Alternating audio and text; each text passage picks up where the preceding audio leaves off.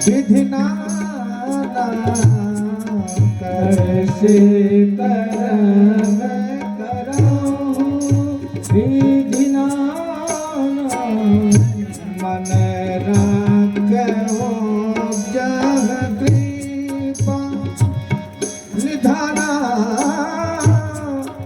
निधाना करशे कर्म कराऊं, विधि नाना श्री कृष्ण गोविंद हरे मुरारे, श्री कृष्ण गोविंद हरे मुरारे, श्री कृष्ण गोविंद हरे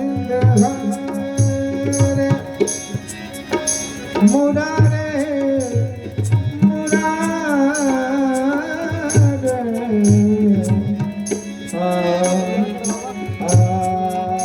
श्री कृष्ण गोविंद हरे मुरारे, श्री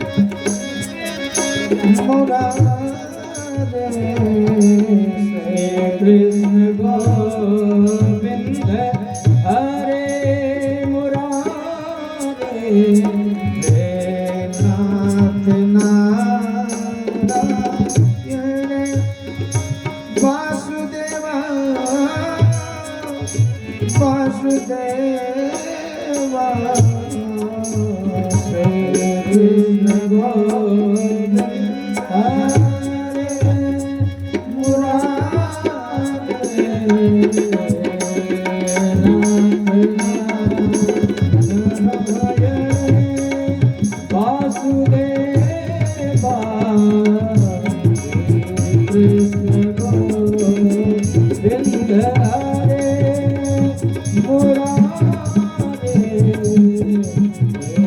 नाथ नारायण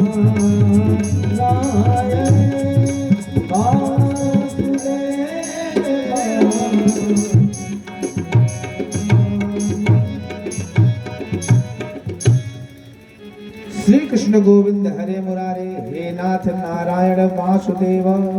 यह कीर्तन, यह भजन हमको अपने मुख से हमेशा बोलना चाहिए। किसी भी परिस्थितियों में हम रहे, भगवान का भजन मुझे करना ही चाहिए इसी नाते। लेकिन भजन हो कैसे? दुनिया की जब सारी संपत्ति मिल जाती है तो भगवान के व्यक्ति भूल जाता है कि दुख में सुमिरन सब करे, सुख में करे न कोई, जो सुख में सुमिरन करे तो दुख काहे के हो। क्या होगा ही, लेकिन नहीं, जब दुख पड़ता है तभी लोग हाय राम अरे भगवान आपने ये क्या कर दिया। भगवान की गलती लोग देते हैं, अपनी गलती नहीं देते हैं कि जब स्थितियां हमारे अनुकूल थी तो भगवान को हम भूल गए। इस नाते कभी भी भगवान को भूलना नहीं चाहिए, भगवान को हमेशा याद करना चाहिए। जब सुख आता है तो आदमी भगवान को भूल जाता है। परमात्मा की याद सुख में ज्यादा करो, दुख में आएगा ही क्यों, उसका आना बंद हो जाएगा, हमारा दुख आएगा ही नहीं। कहते हैं कि हे राजन, एक पर्वत था और पर्वत का नाम था त्रिकूट पर्वत। और त्रिकूट का अर्थ होता है जो 3 प्रकार के शिखरों वाला हो, उसी को हम त्रिकूट पर्वत कहते हैं। वहीं पर उस पर्वत के किनारे गज माने हाथी अपने परिवार के सहित रहता था। और एक दिन वहां सुंदर बावड़ी थी और स्नान करने के लिए वह गज गया, अपने बाल बच्चों के साथ में सबको लेकर के वह पहुंचा। लेकिन महाराज उस बावड़ी में एक मगरमच्छ रहता था, मगरमच्छ। और उस मगरमच्छ ने क्या किया, गज के पैर को पकड़ लिया। अब सारे लोग जो उसकी पत्नियां थी हाथी की, जो उसकी पत्नियां थी, सारी पत्नियां सूंड में सूंड, बच्चे भी सूंड में सूंड लगाकर उसको खींच रहे हैं, लेकिन कोई उबार नहीं पाया, कोई उबार नहीं पाया। अब वो किसको बुलावे, सारे लोग साथ छोड़ के चले गए। और उसके बाल बच्चे परिवार वालों ने सोचा, और जो इतना जो सेवा कर रहा अपने परिवार वालों का, लेकिन ग्राह ने उसके पैरों को पकड़ लिया। उस समय उसका कोई साथी नहीं हुआ, कोई साथी नहीं हुआ। सूर में सूर लगा के लोगों ने बचाने का प्रयास भी किया, लेकिन जब बच नहीं पाया तो ऐसा नहीं कि साथ में रहे, वो वहां से चले गए। बाणो बाणो जा चार हाथ पर रहो लेके चल रही है, बोलो वृंदावन बिहारी लाल की जय। कोई साथी नहीं हुआ और वो अकेला पड़ गया, और अकेले पढ़ करके सिर्फ भगवान की याद वो करने लगा, भगवान की याद। और भगवान की याद ऐसे कर रहा है, और उसमें कह रहा है जो अखिल ब्रह्मांड के नायक हैं, परम अखिलेश्वर हैं, परम पिता परमेश्वर हैं, जो लोगों की रक्षा करते हैं, ऐसे भगवान आकर के मेरी रक्षा करें। नाम किसी का नहीं ले रहा है, भगवान भोले भी तैयार हैं, श्री राम भगवान भी तैयार है, हनुमान जी भी तैयार हैं, लक्ष्मी जी उधर, पार्वती जी, सभी लोग सोच रहे, ब्रह्मा जी भी तैयार हैं कि एक बार मेरा नाम लेता तो उसको हम छुड़ा देते जाकर के। भगवान भोले ने कहा कि अगर मेरा नाम एक बार केवल भोले भंडारी ही कह देता तब भी हम जाके छुड़ा देते, लेकिन वो किसी का नाम नहीं ले रहा है। नाम ले रहा है तो कहा कि ऐसे परमात्मा जो सबकी रक्षा करते हुए मेरी रक्षा, जो सबकी रक्षा करते वही प्रभु मेरी रक्षा करें। जब कोई साथी नहीं हुआ, उसके बावजूद अब भगवान विष्णु भगवान गरुड़ पर बैठ के इंतजार करके मुझे भी बुला देता, अरे मुझे केवल भी कहता तभी, अभी शेष शब्द में रह जाता तब भी मैं आ जाता, वो कह देता तब भी मैं आ जाता। लेकिन भगवान ऐसा विचार करके गरुड़ पर सवार ही थे कि जब किसी का नाम नहीं लिया, अंत में गजेंद्र मोक्ष वह पढ़ते पढ़ते पढ़ते और भगवान की वंदना करते करते जब अंत में जब उसने गो शब्द जैसे कहा है, वो वैसे गोविंद भगवान जो गरुड़ पर बैठे थे महाराज, आकर के उसकी रक्षा की। बोलो प्रेम से वृंदावन बिहारी लाल की जय, कृष्ण कन्हैया लाल की जय। उसकी आकर के रक्षा की। और देखिए सबसे बड़ी बात ये, गज की रक्षा तो भगवान ने किया, चक्र सुदर्शन से किया आपने, लेकिन उद्धार किसका किया? विचार करिए, विचार ये करना उद्धार किसका हुआ? उद्धार हुआ हाँ मगरमच्छ का हुआ, ग्राह का उद्धार हुआ। क्योंकि अर्थात इससे ये संकेत मिलता है, इससे ये पता चलता है कि जो भगवान का भक्त है अगर उसी के शरण में जाए आदमी तभी उसका उद्धार हो जाएगा। इसका एक ही मतलब है, एक ही संदर्भ है। तो ग्राह का भगवान ने उद्धार किया और गज को बचा लिया, गज को बचा लिया। लेकिन उस समय उसके बाल बच्चे, माता और उसकी पत्नियां, कोई हमारा साथी नहीं हुआ संसार में, कोई साथी नहीं हुआ। और जब यहां से व्यक्ति चला जाता है ना, तो कोई साथी वास्तव में होता भी नहीं है। सिर्फ उसका साथ, उसका कर्म, उसका धर्म और उसकी सारी व्यवस्था यही साथ में जाती है। जैसा वो कर्म किया होता है वैसा उसको प्राप्त होता है। तो उद्धार कर दिया ग्राह का भगवान ने, अग्रह का उद्धार करके उनके चरणों में आज वह गज उनका पैर पकड़ कर उनसे प्रार्थना कर रहा है कि मगर मारी गज राज वो बारे, मगर मारी गज राज वो बारे।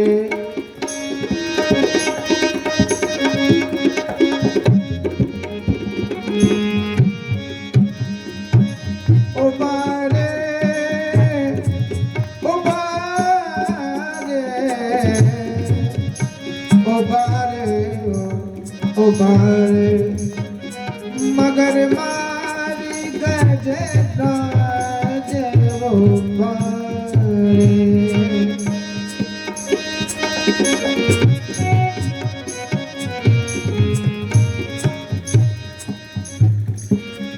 गजराज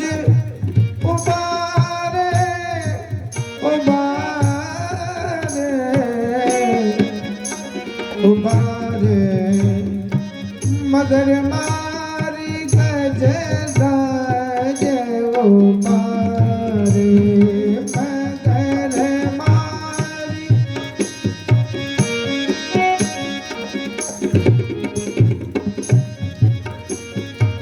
क्वा देहो भौतिको नात्मा क्वा चात्मा प्रकटे परे कस्य के पति पुत्राद्य मोह एव ही कारणम।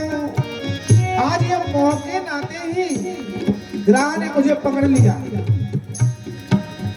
जो लोग 7 दिन कथा श्रवण नहीं कर पाएंगे वो पांडे जी से आकर के 7वें दिन के बाद से कहेंगे क्या करें, बहुत लगन थी और बहुत बिजी थे, बहुत व्यस्त थे, तमाम बहाना बनाएंगे। क्या कहेंगे, किंतु परंतु लेकिन अगर और मगर। उसी मगरिया ने आज पैर को पकड़ा था हाथी के, उसी मगरिया ने। हम सबके पैरों को उसी ने पकड़ा है, लेकिन उद्धार उसी का होगा जो यहाँ आएगा कथा श्रवण करने के लिए। हाँ। मगर मारी गज गाज वो पारे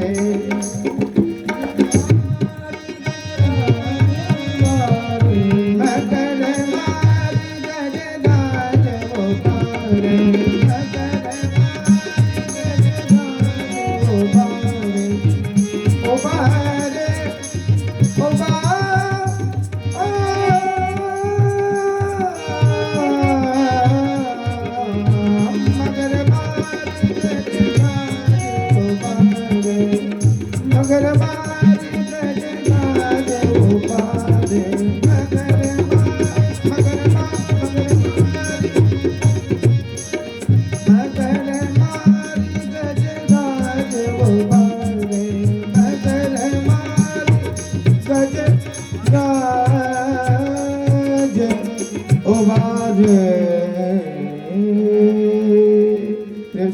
बिहारी लाल की जय। सहायता कौन करता है, परम पिता परमेश्वर करते हैं। हाँ।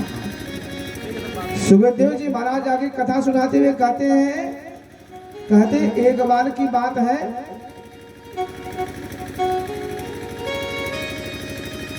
राजा बलि ने क्या किया, सारे देवताओं का राज लेकर के और अपने अधिकार में कर लिया। तो कश्यप महाराज की जो पत्नी है अदिति है, वह अदिति ने क्या किया, वो बड़ी चिंता में पड़ गई और कश्यप महाराज से जाके कहती है कि आजकल मेरे सारे देवताओं का जो अधिकार है, जो राज्य है, राजा बलि ने उसको ग्रहण कर लिया है और उसको छुड़ाने के लिए कोई प्रभु आके प्रकट हो जाते तो राज वापस दिला देते। कश्यप महाराज ने कहा कि यह इसके लिए आपको पयोव्रत रखना पड़ेगा। वो कहे वो कौन सा पयोव्रत, संतान की प्राप्ति के लिए फाल्गुन महीने के शुक्ल पक्ष की प्रतिपदा से लेकर के और त्रयोदशी तक हम दोनों लोग अगर दुग्ध पान करके ही सिर्फ रहें और पुत्र की कामना करें तो कोई सुंदर पुत्र उत्पन्न होगा जो भगवान के सदस्य होगा। तो भगवान ने सोचा कि ऐसी कामना लोग कर रहे हैं तो दूसरा कौन मेरे से सदस्य होगा, मुझे ही जाना पड़ेगा। उन्होंने पयोव्रत किया और पयोव्रत करने के बाद उनको संतानोत्पत्ति हुई और वह संतानोत्पत्ति के रूप में कौन से भगवान आए, वामन भगवान का प्राकट हो गया। प्रेम बोलो वृंदावन बिहारी लाल की जय। वामन भगवान की, वामन भगवान का प्राकट हो गया और वामन भगवान आज राजा बलि को छलने के लिए उनका प्राकट्य हुआ है। एक बार राजा बलि ने बड़े सुंदर ढंग से वह क्या किया, यज्ञ कर रहा था।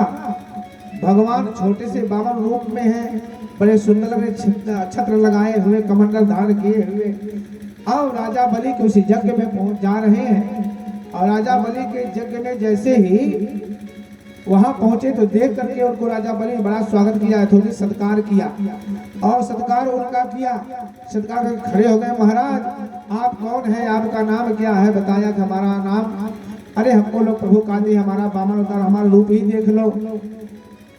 अब शुक्राचार्य जी महाराज जो गुरु हैं वो कह रहे अरे कोई साधारण ये नहीं है संत महात्मा, अरे साक्षात नारायण है, साक्षात नारायण है।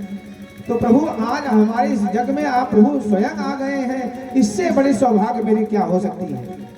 तो उन्होंने क्या कहा कि क्या चाहिए? कहा मुझे कुछ चाहिए नहीं, सिर्फ 3 पग भूमि मुझे चाहिए, 3 पग भूमि। अच्छा 3 पग भूमि? अरे महाराज मांगे तो क्या 3 पग भूमि? इतने बड़े दानी राजा बलि से आपने 3 पग भूमि मांगा? कहा बस इससे अधिक नहीं, अरे जगह ऐसा जगह मुझे मिल जाए जहाँ बैठ करके मैं खूब बढ़िया से भगवान का भजन कर सकूं, इतने तो मुझे चाहिए, इससे अधिक मुझे चाहिए नहीं। 3 पग। लेकिन शुक्राचार्य जी हर बात को जान गए कि कोई साधारण नहीं तो वामन भगवान है। अब 3 पग में कौन कहेंगे पूरा ये? हाँ बोलो अन्न कंद भगवान की जय। शुक्राचार्य ने कहा अच्छा कि ये नारायण है। अब 3 पग भोग मांगा, बताया, संकेत भी किया, लेकिन राजा बलि माना नहीं और वो संकल्प कहा कि चलिए हम आपको दे देते हैं।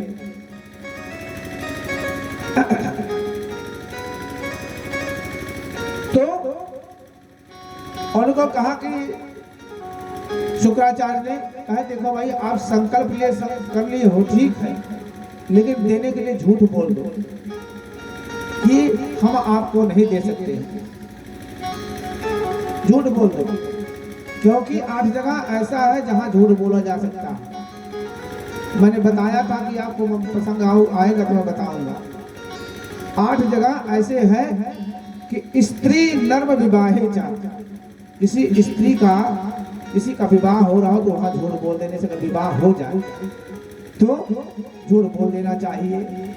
और वृत्ति में अपनी जो वृत्ति हमने किया है, वृत्त्यर्थे अगर वृत्ति हम कर रहे हैं तो अगर उसमें भी झूठ बोल रहे हैं, अगर नहीं करेंगे तो हमारा परिवार नहीं चलेगा, हमारे पास कुछ मिलेगा नहीं। इसलिए वृत्ति में भी झूठ बोलना तो वहां भी पाप नहीं है।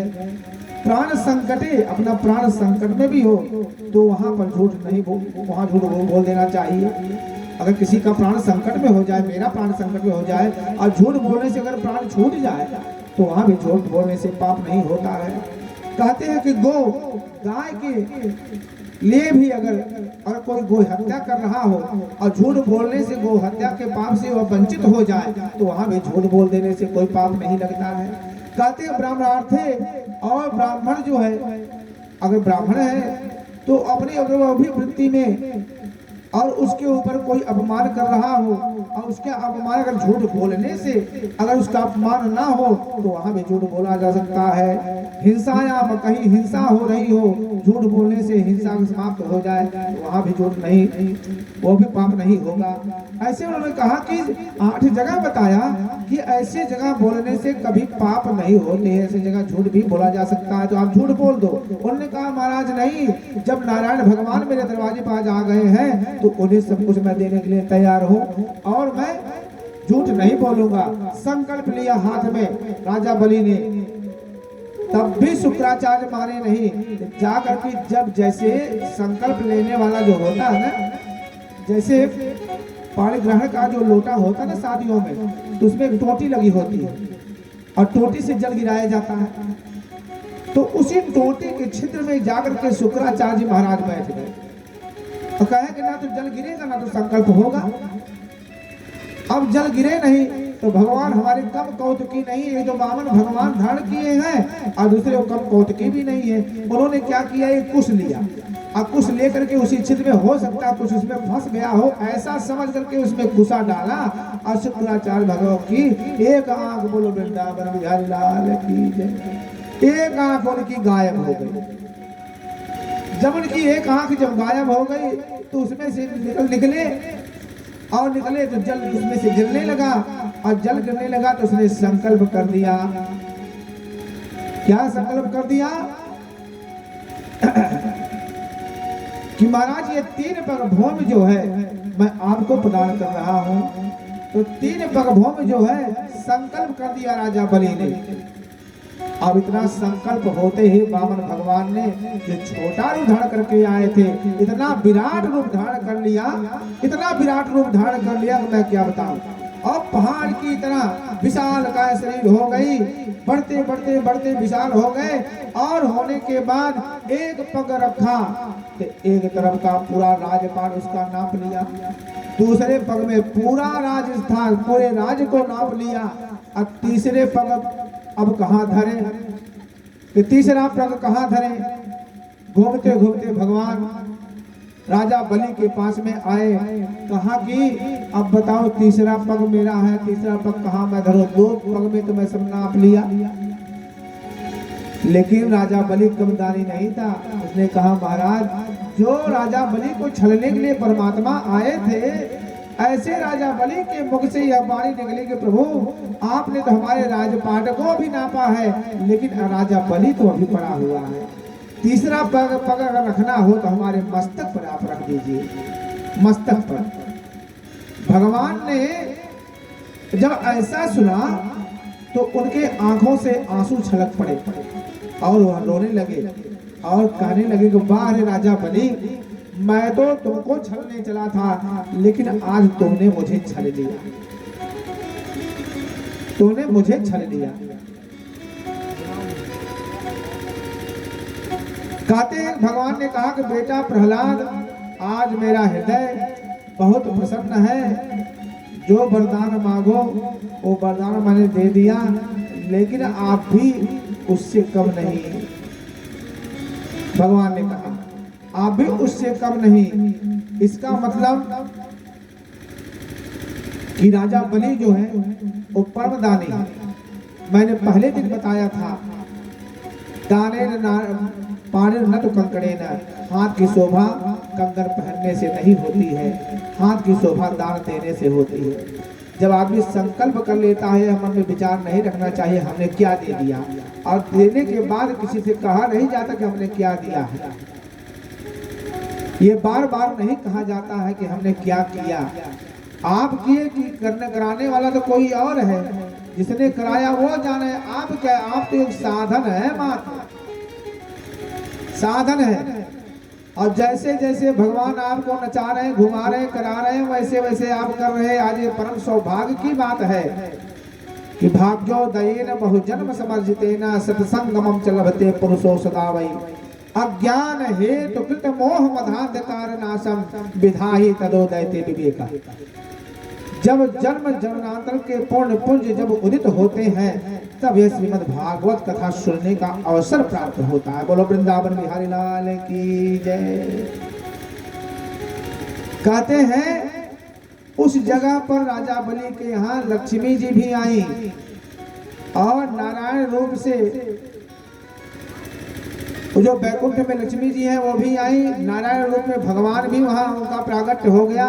प्रसन्न होकर के राजा बलि से कहा कि जो मांगना हो मांगो मुझसे। उन्होंने कहा कि मैं क्या मांगू आपसे, एक ही वरदान मुझे दे दो कि जब मैं सुबह सो करके उठूं तो मेरे महल में 7 दरवाजे हैं, और 7 दरवाजों पर आप खड़े होवे, और जिधर से मैं निकलूं उधर आपका दर्शन हो जाए। बोलो वृंदावन बिहारी लाल की जय।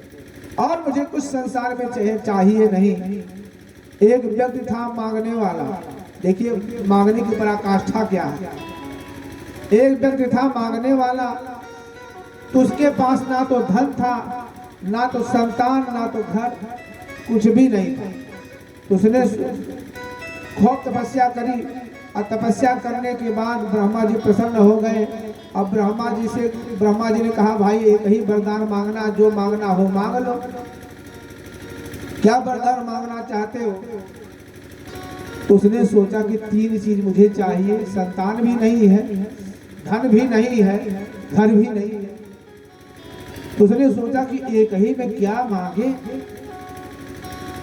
तो बड़ा चालाक था वो भक्त, ब्रह्मा जी से हाथ जोड़ के सामने खड़ा हो गया और कहा महाराज, चांदी की कटोरी में दूध भात खाते हुए, चिम्मच से दूध भात खाते हुए मैं अपने तीसरे महले पर अपने पुत्र को देखूं। बोलो वृंदावन बिहारी लाल की जय। आप विचार करो मांगने वाला कितना चालाक था वो। भगवान से क्या मांग लिया कि चांदी की कटोरी में चिम्मच से दूध भात खाते हुए तीसरे महले पर अपने पुत्र को मैं देखूं। अब एक वरदान तो एक ही है ना, अगर अलग अलग मांगते हैं महाराज हमको घर दे दीजिए, हमको बच्चे दे दीजिए, धन दौलत दे दीजिए, सब कुछ दे दीजिए, तो नहीं हो पाता। लेकिन बड़ा चालाक था, उसने सोचा कि अब एक ही मांगना है तो ऐसा मांगो कि सब तीनों हमको मिल जाए। बोलो वृंदावन बिहारी लाल की जय, आनंद कंद भगवान की जय। और आगे की कथा में कहते हैं कि एक सत्यव्रत राजा हुए और उनकी आकांक्षा पूर्ण करने के लिए भगवान ने मत्स्य अवतार भी धारण किया है। प्रेम से बोलिए मत्स्य अवतार भगवान की।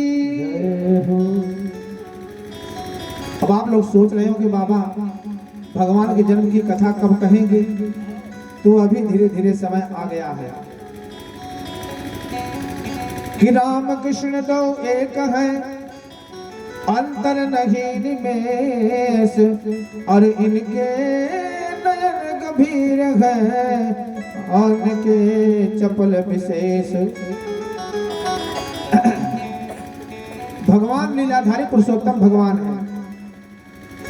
कहते हैं कि नारायण के एक पुत्र हुए ब्रह्मा, और ब्रह्मा के पुत्र हुए मारीच, और मरीच के हुए कश्यप, कश्यप के ही पुत्र हुए सूर्य, और सूर्य का नाम है विवस्वान।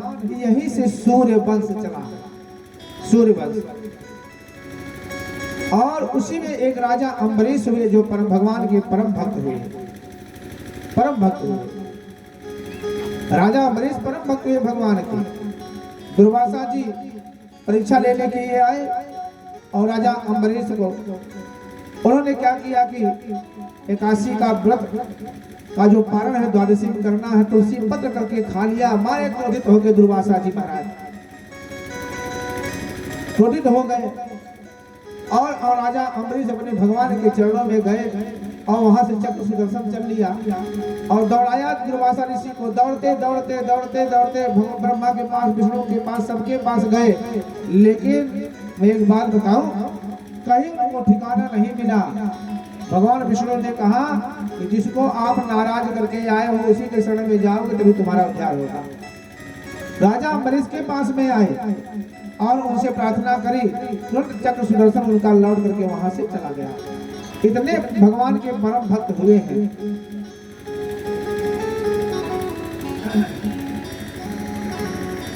कहते हैं समुद्र मंथन भी हुआ।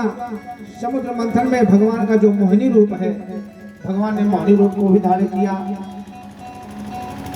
प्रेम से बोलो गोविंद भगवान की, अनंत कंद भगवान की।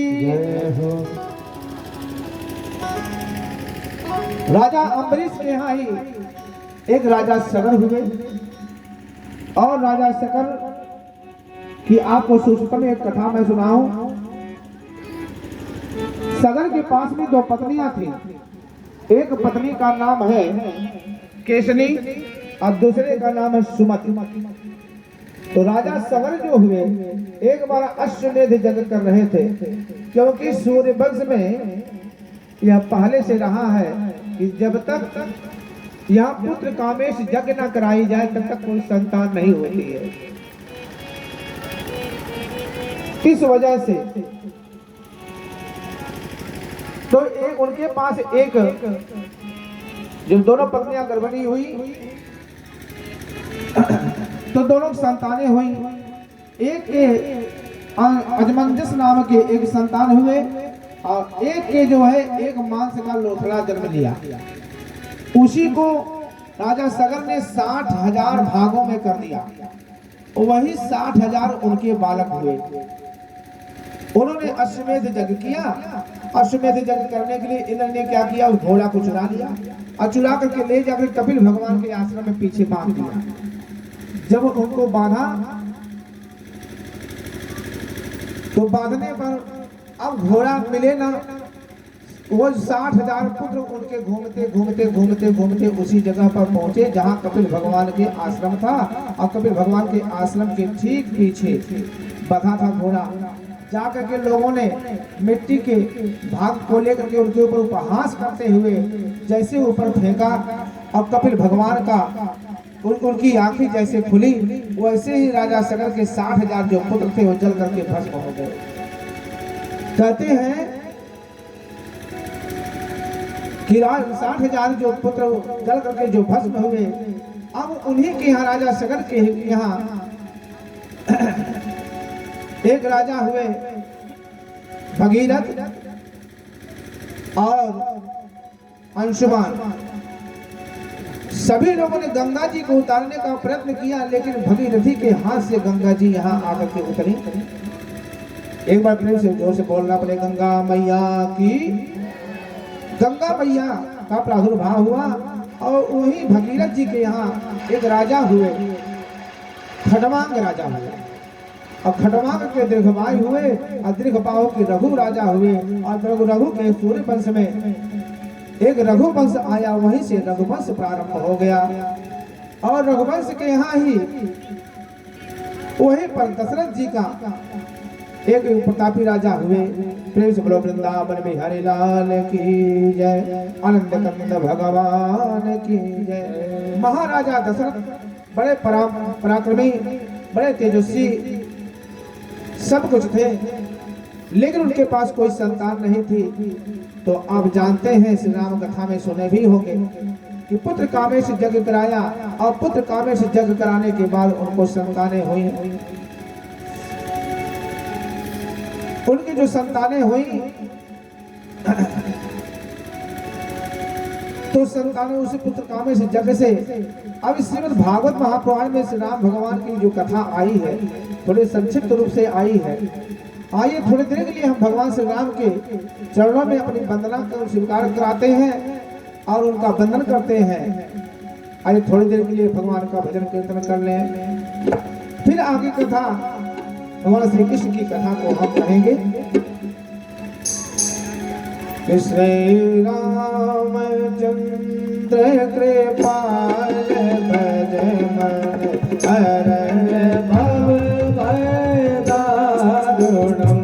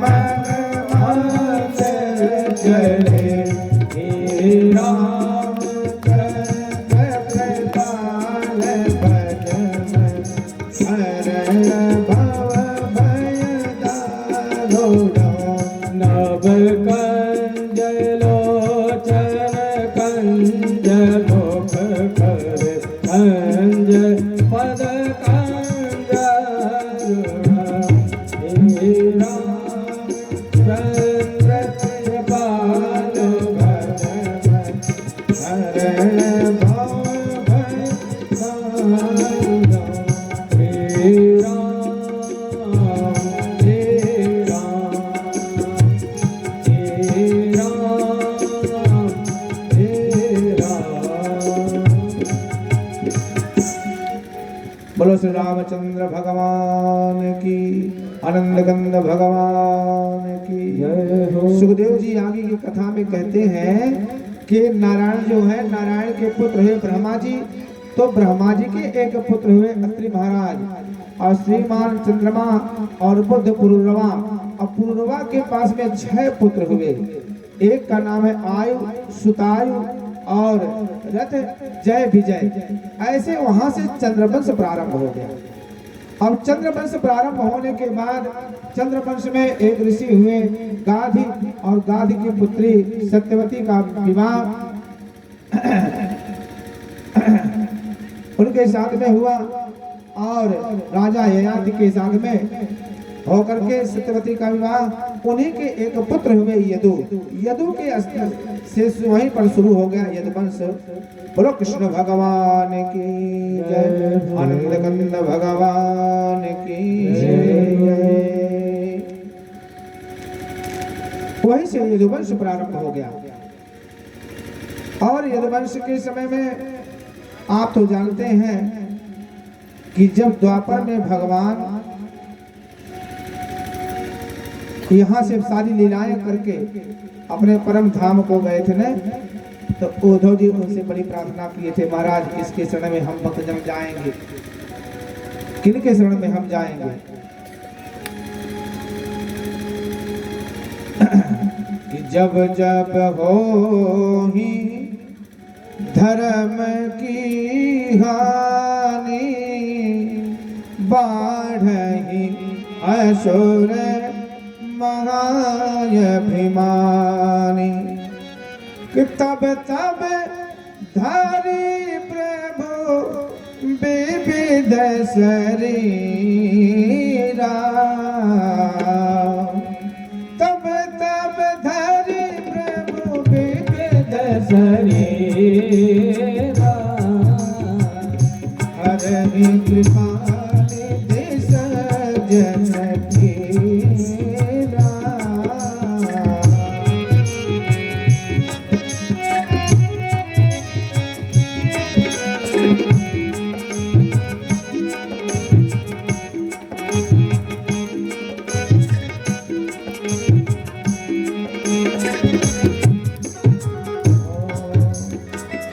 जब जब भोगी धर्म की हानि, जब जब होई धर्म की हानि, बाढ़ही असुर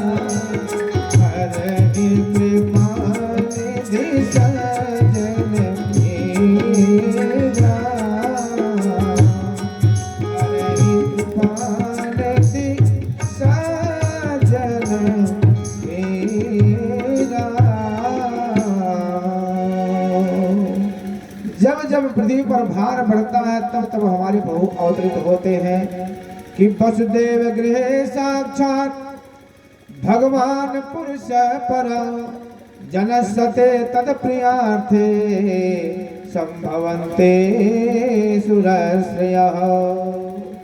तब भगवान अवतरित होते हैं अपने रूपों में, साक्षात नारायण के रूपों में। मैं आपको बताऊं, मथुरा के नगरी के एक यशस्वी राजा हुए जिनका नाम था उग्रसेन। उनके पास भी कोई संतानें नहीं थी। उन्होंने भी पुत्र कामेश जग कराया। अब पुत्र कामेश जब जग कराया न, तो जग कराने के बाद उन्हें संतान हुई। और जब संतान हुई तो ब्राह्मणों को बुला करके जात कर्म संस्कार करवाया। और जात कर्म संस्कार करा करके तो उस समय ब्राह्मणों ने बोला कि अरे भाई, ये जो बालक है आपके यहाँ जन्म लिया है, यह तो कुल को नाश करने वाला है। उग्रसेन ने कुछ सोच विचार नहीं किया, लता पथरादी की ताल में लपेट करके और जमुना नदी के किनारे ले आके फेंक दिया। एक शूरसेन राजा हुए, वो नदी के किनारे जैसे पहुंचे और पहुंच करके उन्होंने क्या किया, उस बालक को ले लिया। ले आकर के उनके पास वसुदेव जी तो थे ही, और एक बालक उनके पास और हो गए। तो अपनी औरत को शूरसेन ने दे दिया। और देने के बाद कहा, भाई तुम्हारे में एक पुत्र था, एक पुत्र और हो गया। धीरे धीरे वही बालक सयाना हुआ, उसी का नाम कंस पड़ा। जब उसको ये पता चला कि शूरसेन हम पुत्र नहीं है, हम तो उग्रसेन के पुत्र हैं, तब उनसे बदला लेने के लिए वो आपको क्या तपस्या किया। और तपस्या करने के बाद तरह तरह के सल तोसल मुष्टिक चारूर और अघासुर बघासुर इत्यादि को लेकर के खूब बढ़िया मंत्रिमंडल तैयार किया। और करने के बाद अपने पिता उग्रसेन को गद्दी पर से उतार करके जेल में डाल दिया, अपने राजा बन गया। एक दिन उसके मन में विचार आया कि मेरी बहन जो है सयानी हो गई है और उसका विवाह करना चाहिए देवकी का। तो वसुदेव जी से विवाह करने के लिए उद्यत हुआ, और क्योंकि वसुदेव के साथ में कुछ दिन रहा भी था वो, अब ले करके उसका विवाह कराया। अब विवाह करा करके लेके चलने लगा, और जैसे लेके चलने लगा महाराज, और वैसे आकाशवाणी हुई कि पथम परग्रहणं कंसमाभासं हासरेर्वाक् अस्यास्तमो गर्भो हंतायां बहसे बुधः। जिस बहन को तो लेकर के विदाई करा के जा रहा है, उसका 8वां गर्भ तुम्हारा कान भर करके आएगा और तुम्हें मार डालेगा। तुम्हारा कान भर करके आएगा और तुम्हें मार डालेगा। 8वां गर्भ। ऐसी आकाशवाणी हुई, और इतनी आकाशवाणी सुनते ही कंस ने रथ पे से उतर करके और तलवार निकाल लिया और अपनी बहन की चोटी पकड़ लिया। चोटी पकड़ के मारना चाहा, उतने में वसुदेव जी जाकर के हाथ पकड़ लेकर, अरे कृष्णाघनीय गुणेशूर भवाना भोजयस्कर सकथं भगने हन्यात् स्त्रिय मुर्दाप पर्वणि। कहते हैं कि आप स्त्री पर हाथ उठा रहे हो, और स्त्री पर हाथ उठाना आपके सौर के अनुकूल नहीं है, आपके सौर पर कलंक लग जाएगा। दूसरी बात, अगर आपको 8वें गर्भ से अगर पीड़ा है, कष्ट है, तो जितने भी बालक होंगे सारे बालकों को ले आकर के मैं दे दूंगा। अब ऐसा करके छोड़ तो दिया। देवकी वसुदेव आए, पहला पुत्र जन्म लिया, और लेकर के उसका नाम कीर्तमान था, और वसुदेव जी ला करके दे दिए कंस को, उसको मार दिया। ऐसे ऐसे करके नारद भगवान घूमते घूमते कंस के पास में पहुंचे और कहा कि अच्छा ये बताओ, आपने देवकी और वसुदेव को छोड़ दिया है, और इधर से गिनो तो 8वां, इधर से गिनो तो 8वां, 8वां कौन होगा ये तुम्हें कैसे मालूम। अब उसको भ्रम में डाल दिए नारद भगवान, क्योंकि नारद भगवान लीला करते ही हैं, और जब तक लीला नहीं करेंगे तो लीलाधारी पुरुषोत्तम भगवान आएंगे कैसे। हाँ। तो समझाए। तो उसके बाद देवकी वसुदेव को भी ले जाकर के उसने कारागार में डाल दिया। जब कारागार में डाल दिया तो इस प्रकार से 6 बालकों का उसने वध कर दिया कंस ने, 6 बालकों का। अब पृथ्वी पर भार बढ़ता गया,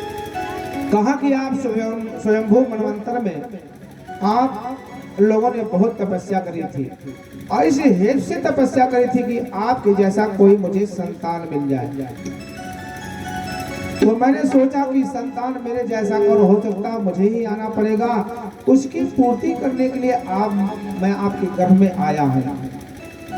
कहते हैं कि जोग माया ने जैसा जोग माया को आदेश मिला था वैसे उसने किया और भगवान धीरे धीरे गर्भ में आए, सयाने हुए।